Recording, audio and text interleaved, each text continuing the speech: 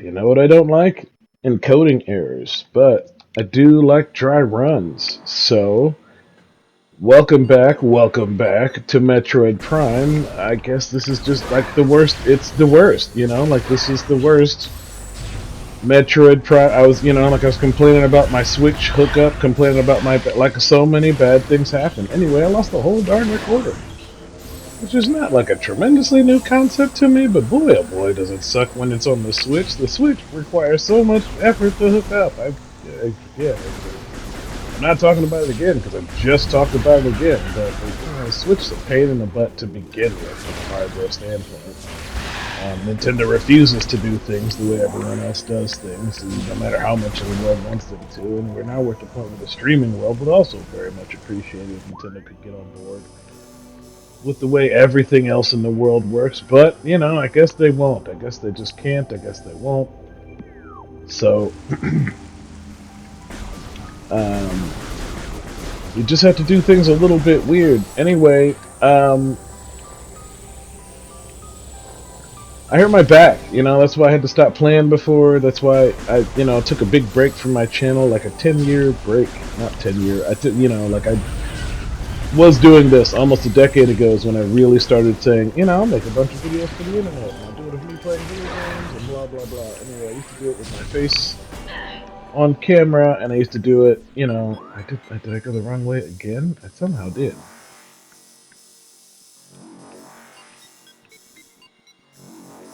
Yeah, I somehow did. Anyway, that's fine.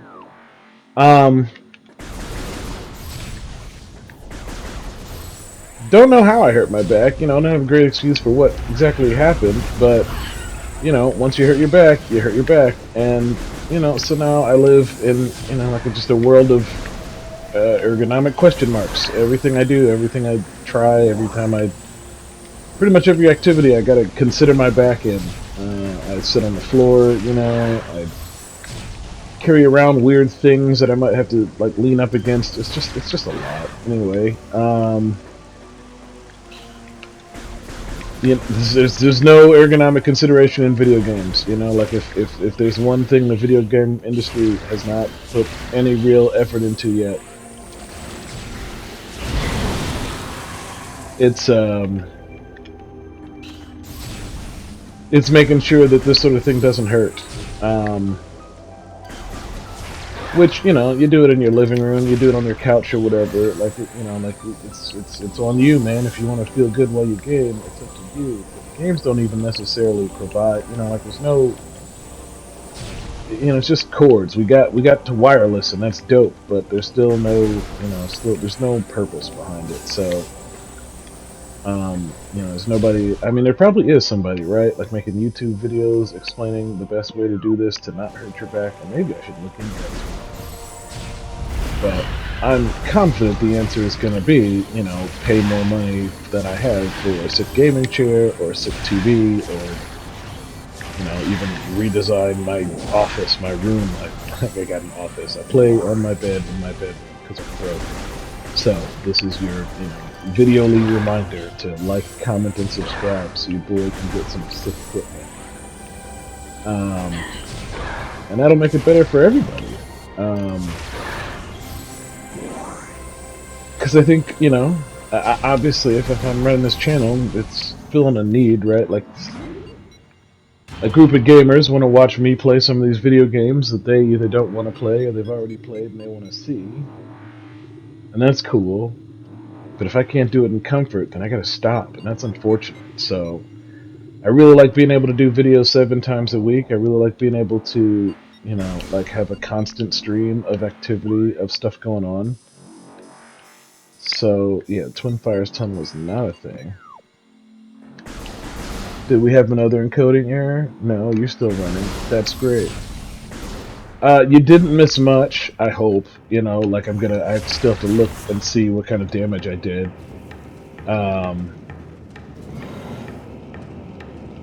Oh, that's the dragon. Yeah, dragon, rock the dragon. Get out of the ball, girl. I haven't watched it yet. I was gonna bring this point up in a different video series, but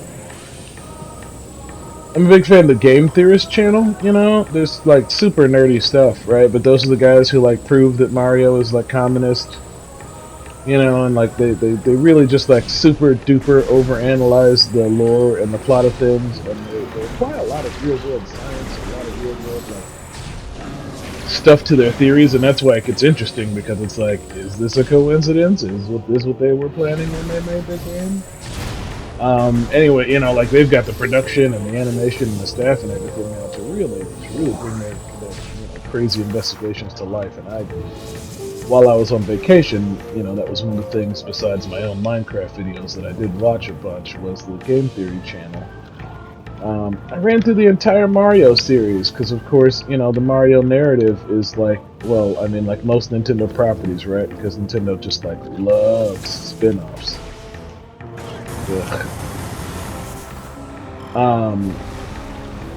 You know, they just like, it's impossible to tell what the actual order of Mario games is, what the actual plot is. You know, some of them are RPGs, some of them are just like one-off sports games and spin-offs, and you know, you always ask yourself, I mean, maybe not always, but I always find myself asking, like, you know, was this part of the plan? Am I going the right way? Yeah, this is the right way. Oh, that's back in town. That's what I keep doing. This is where I need to go, so I need to go, yeah, the way I'm going. Just don't get cooked, because every time you get cooked. Anyway, the Game Theorist, the Game Theory channel, I mean, this video is literally 8-9 years old, but they, you know, the first thing they did was they kind of dove into Mario's history, you know, revealing the fact, well, I guess, that, you know, what's going on in the Mushroom Kingdom. There's a bunch of nuggets of information that, you know, like Nintendo's not super proud of because they definitely like wrote it in an instruction booklet and then just like tucked it away and were like, we're not going to talk about Green anymore. There's more than their fair share of situations like that in the canon. Anyway, the theorists, you know, they took all that into account and they figured out literally, you know, what order the games must be in, and usually it's just based on the fact that like a character said something in one game and didn't say something in one game.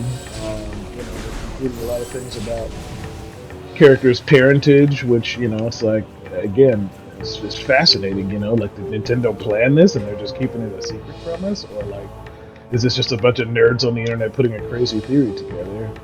Anyway, that stuff is really fun for me to watch because I love storytelling, and that's why I jump on the mic for hours on end, you know, like talking about my history and what's going on in my brain while I play video games, because the entire process of digesting a story, you know, especially when it's like told, I don't necessarily say when under duress, but like in an interesting way, you know, that to me makes the story like a lot better. So, you know, because there's just a delivery to it, you know, you can't just like sit there and deliver it like you're, you know, like I've got a script, but I'm not reading this like a script, you know, like I don't like reading the script. I like to have this stuff happen organically while I'm playing the video games. With it, but you know, the video game is occasionally going to just challenge me to live the story in an interesting way. So when you see the theory videos, they've really laid it out, not just in terms of like information, but they also like deliver it like a story. Sometimes there's like twists and turns, and they acknowledge a lot of it is their own, like, I don't want to say interpretation, but they've like, you know, they've dramatized for the sake of it, but it's almost always entirely based on lore that you can like pick clean out of the video games if you're willing to go deep enough, if you're willing to be a big enough nerd about it. You know, a lot of people just traces of Radion, but I don't think I can do anything about Radion yet, can I? Son of a gun. Alright. So the Mario series is good because, you know, of course, Nintendo, like, there's no plot in Mario games, right? It's like Mario's after cake. So,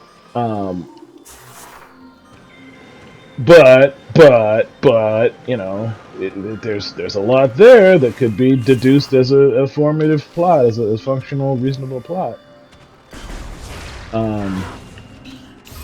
Anyway, you know, some nuggets that I found particularly interesting is, did you know that there's two Marios? I didn't realize that the Mario that we play in most of the games today is the son of the Mario who was in the Donkey Kong games, but that's a fun thing I found out.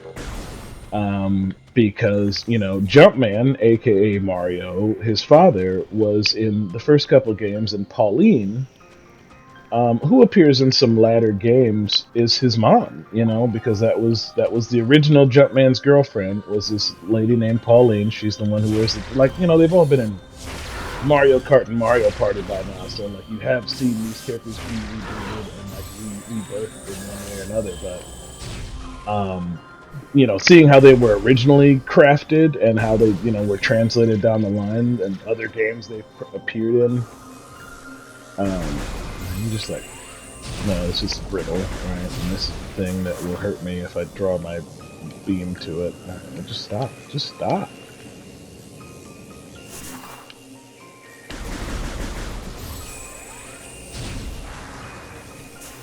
Alright, well, never mind. I'm just going through. YOLO. I get totally YOLicious with it. I have a very high chance of YOLiciousness. I can't, my patience occasionally just runs out and I have to do something YOLO-tastic to, you know, get myself through the day. Baby Sheegoth, I shall protect spinal dorsal, blah, blah, blah. Are we still recording? We're still recording. Good job, Switch and OBS.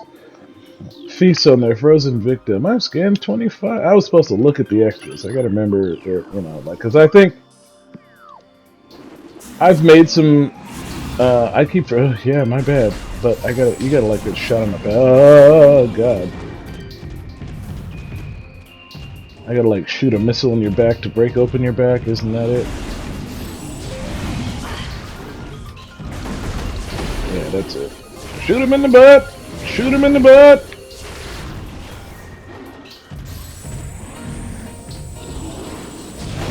Shoot him in the butt! Alright, one down. Shot in the butt. Come here. Shoot him in the butt! Same interesting stats, nothing. Whoa, hey, don't charge me, shoot him in the butt! There we go, shoot him in the butt! Alright, they're dead. So yeah, Jumpman, you know, like his girlfriend was Pauline, and like he was, like, again, watch the video, this is not me creating it. Huge animal abuser, just like a ridiculous animal abuser. Which of course is Donkey Kong's plot, because Donkey Kong's plot is that, you know, he's like rescuing his son from, like, you know, his master, who, like, or like he gets kidnapped and then his son has to rescue him. Like, it's a lot. Anyway, you know, the whole series sets up because, you know, Donkey Kong has finally had enough, and he just kidnaps this dude's girlfriend. It's nuts, but anyway, you know, because Pauline has appeared a couple times later in the series, and a lot of people have questioned, like, you know, is Mario like two-timing Peach? Is Mario, you know, like this, that? I kind of want to go in there, but I feel like it's just like an excuse for me to like do all this over again. So we're gonna keep going. You know, but that was one of the weird things that I personally was like, there's no way. You know, Nintendo has kept this like the family matters of the Mario family, you know, like in top of mind. You know, they've known it this long, and it's been this ridiculous and convoluted. But maybe, you know, I think about the things I know about the stories of my game that, like, it's only in my head. I haven't even found a good way to, like, work it in the game, but it's definitely true. You know, like, Miyamoto, all those old Nintendo cats, like, they're some real, like, brain geniuses. Like, this, as insane as these plots are, also keep in mind, like, they come from cultures where, you know, like, stuff like that might not be so weird. Anyway, yeah, that was, you know, like, Mario's dad is Mario, and that's, I guess, maybe why his name is Mario, because the original's name is Jumpman, like, his name is Jumpman. So, irregardless,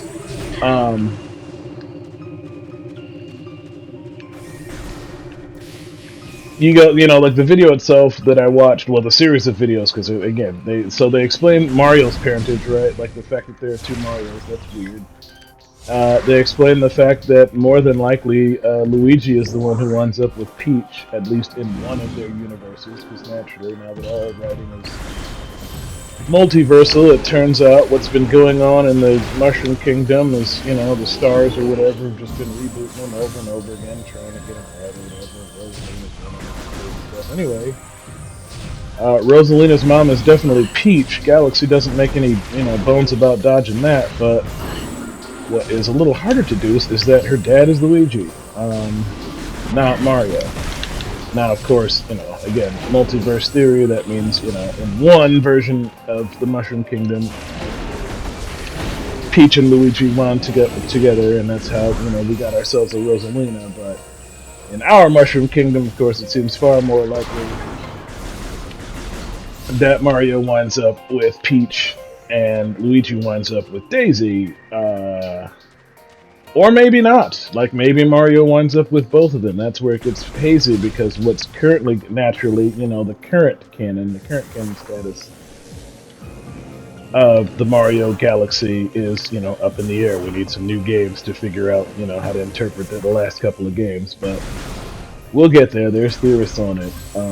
I've started watching the Game Theorist channel, and I guess this is just the episode where I talk about game theory. Of course, because of Five Nights at Freddy's. That's not their biggest. Maybe it is their biggest. I don't know. Like, you know, the Five Nights at Freddy's fan base, it's big. It's big. It's like ravenous. You know, always hungry. So many creatures suffer beneath the blight, and we are no exception. But for all the pain, we believe in the future. Once again, even so, our vigilance. We believe a savior will come, continue what we've begun, ancient weapons, then give the entrusted one, the only being who can reverse the evil that grows here. Oh snap, I am the chosen one, the Chozo's chosen one again. What are the chances of that? Pretty high in the Metroid universe, but that's totally fine. For some reason, the Chozo, despite all their genius, really needed to leave all the future in, you know, just totally entrust the future to one intrepid hero 1,000,000 years down the line after their existence. Which is pretty, I guess, sad? I don't know. What are we scanning here? Platform realignment successful? Oh, okay. Cool. That will make it easier for me to navigate this. Let's see, what else was there? I'm hurrying, quick, I need the thing. Rail ball.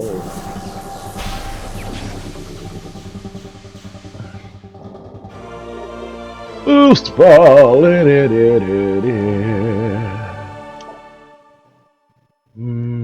Press and hold the B button. Additional data added. And new extras. Yeah, I was gonna, like that, yeah, I've been grabbing the thumbnails out of in-game. I want to grab the thumbnails from... Alright. I want to grab the thumbnails from,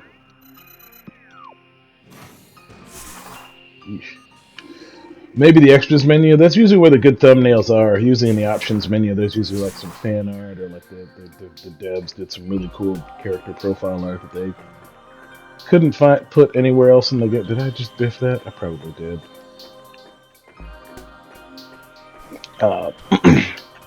Sometimes you can't get to it until after you've like beaten the game or whatever, so naturally there's like, you know, it's just like I'll be a couple of videos into the game before I realize what the best way to actually, like, you know, record. I guess not anymore. I guess I just gotta do it right. Or was that like my attempt to learn how to do it right?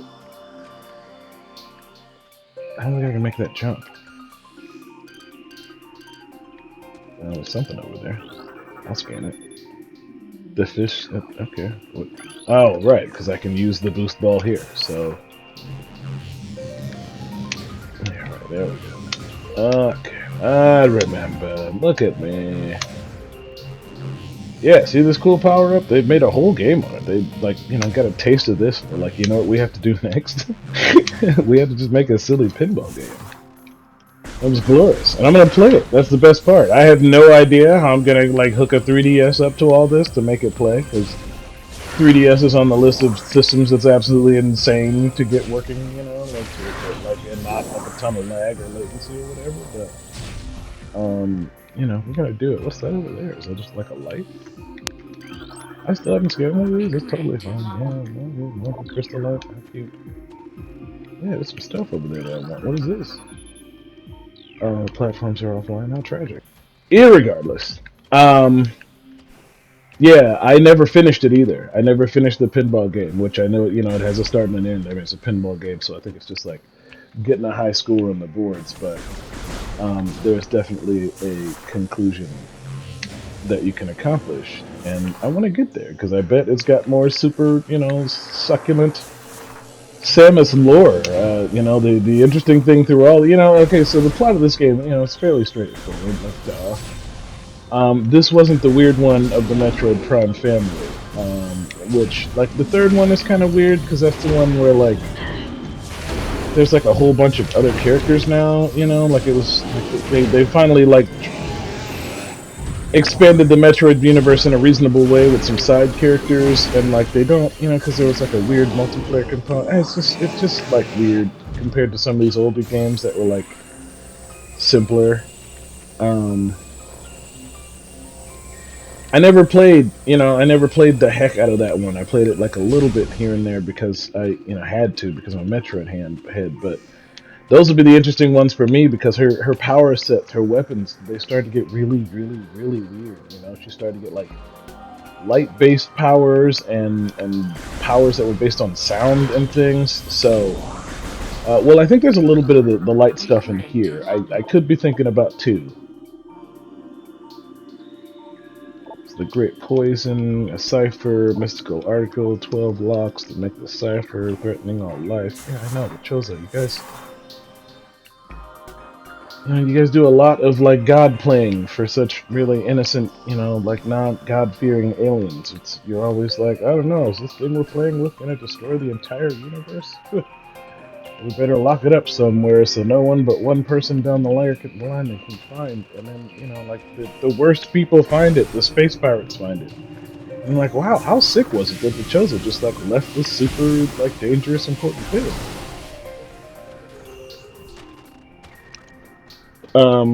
Just like right for the picking, as long as you can like pretend to be Samus a little bit.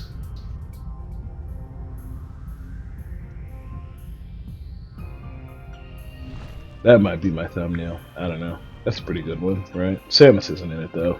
I like for Samus to be in the thumbnails. Like I gotta imagine there's lots of people out there doing the thumbnail thing, um, like the same way I am. Like I can't imagine my way is like truly unique or anything, but there are I try to make my videos stand out a little bit in the crowd, and there's like a little bit of style, a little bit of class to that. Let's go save, first of all. Save is clutch.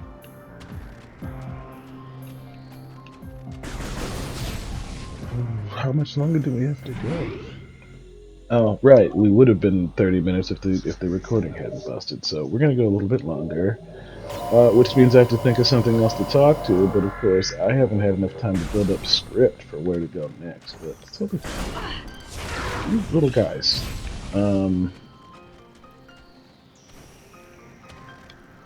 So I got Boost Ball, which I can definitely utilize back in the thing, but I feel like there must be another area here that I can... Well, let's see what the map says.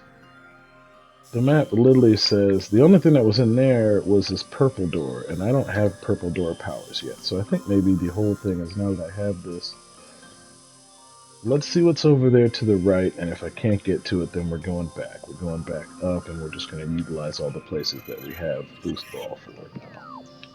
So over here to the right it was up here. Can I get to it? No, this is definitely, I need space jump / crazy abilities. Yeah, you probably jump off of that, or maybe freeze those things. I honestly can't remember. It's been too long, but that's the glory of Metroid. I'm kind of excited to have this experience in Castlevania. I still haven't played yet, because I wanted to. I don't like not finishing the games.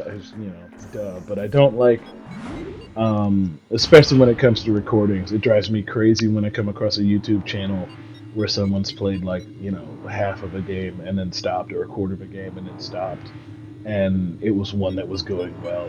It would be different if it was like, like me stopping Undertale, or even if I just like flamed out on Minecraft. That like that'd be it wouldn't be weird, but it would, like I don't like those games. Or, it's mean, but I'm having my trouble. Well, no, I don't. I don't. Let's be honest here. But I'm doing it for the channel. I'm doing it for the channel, having a good time. I'm doing it for me. I got my reasons.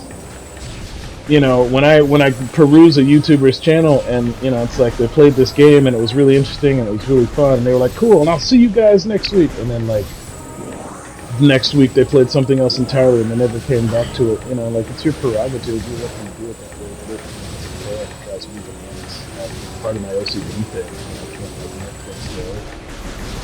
But at the same time, it's one of those like, well, I'll never be doing this on my channel thing. So if I just like started it, if this was the first game, I talked all that crap about finishing the Metroid series, and then I would abandon it. It's capturing something not only poetic, because I think that's exactly what happened to me when I was younger. Hey, can you maybe target the thing shooting at you and not the thing in the distance that is completely inert? Thanks, Samus. Alright, now that we're here. Yeah, I am going where I came. I just came this way. Sam, you're fired. You're the worst bounty hunter. You're the worst Metroid. You're the worst... Whatever you are. It's a galaxy, like defender of the galaxy. You're not doing a great job at doing it. The Chozo need you. Ridley needs, a spanking. And you are absolutely not delivering the spanking. It's not within your skill set, apparently, to properly spank this dragon. And I don't understand why you're having such a bad time with it, because I feel like you used to be good at it. I feel like there was a period of time when you considered yourself kind of, like a Metroid, like a goddess. Like I realize, like it's maybe that Metroid goddesses are younger. Metroid goddesses understand things about the world that no longer apply to someone in your age bracket. But this is a really old Metroid game. This game is super old. This game is older than, well, your son. So, if you can't handle that, we're gonna have a problem making it through the games that are new, right? This is, so this is an interesting thing. It's gonna come up much later, because Lord knows when we're gonna get to this game, as bad as I am at this one. I sucked at Metroid Dread, man. I sucked at it, and I'll tell you exactly why. Because I'm good at exploration, because I'm good at figuring out puzzles. I am bad at QuickTime events. The second a game is like popping up a dumb thing on the screen for me to like save my life really fast, I'm dead. I'm dead 100% of the time. I'm so bad at it. I don't know why. I'm good at fighting games. I'm good at like so many Twitch things. I suck at QuickTime events in video games, even the easy ones. Like the Spider-Man games and the God of War games that have like really easy ones where the triangle button pops up on the screen in big, stupid gold letters. And it's like, this is the button you need to press to save your life. This is a good 30% chance I'm not going to do it right. I don't know if it's just my anxiety, if it's my brain, if there's something else going, but I'm just flipping bad at it. So,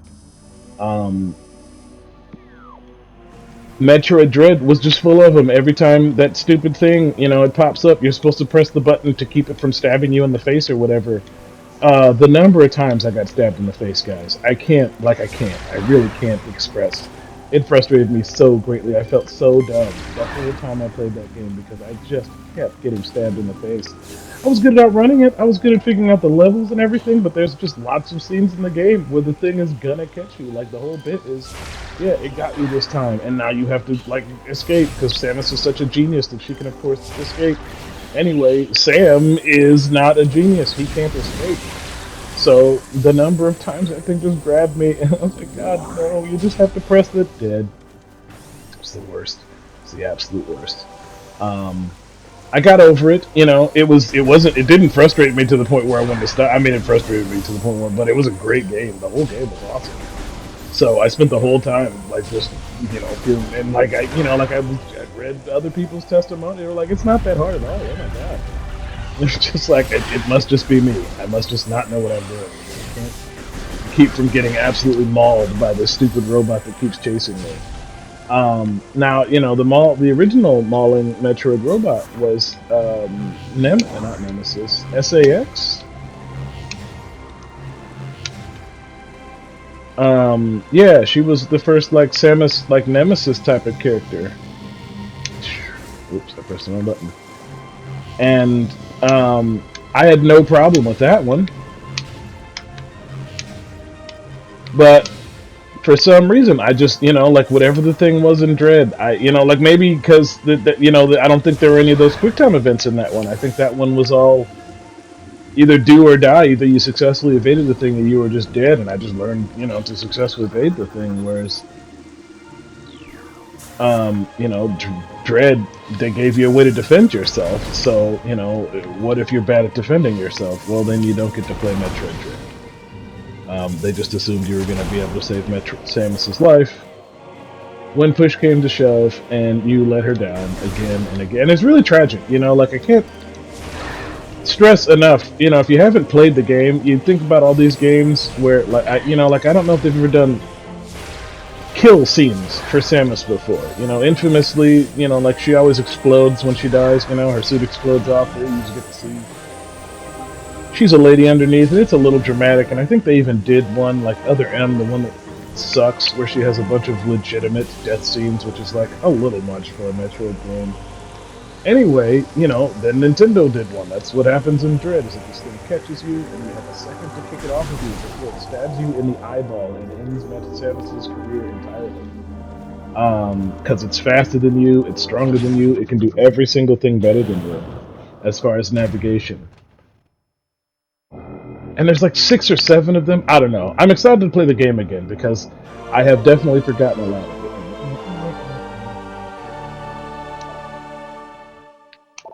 Yay, space job. Now I can go wherever I want. New extras. I need a save point. I see it on the map, but I'll have to wait. Anything else worth scanning in here? I didn't scan any of the power-ups, so I'm definitely not getting 100%. So any of the extras that require... I don't know, like, it would be crazy for, oh, the ship. I'll be saving at the ship. Okay. Flippity floppity flip, you guys. More Metroid to come. Like, I got way more to go, but I'm gonna take a little bit of break back here, pop some Tylenol, and then, that'll be that.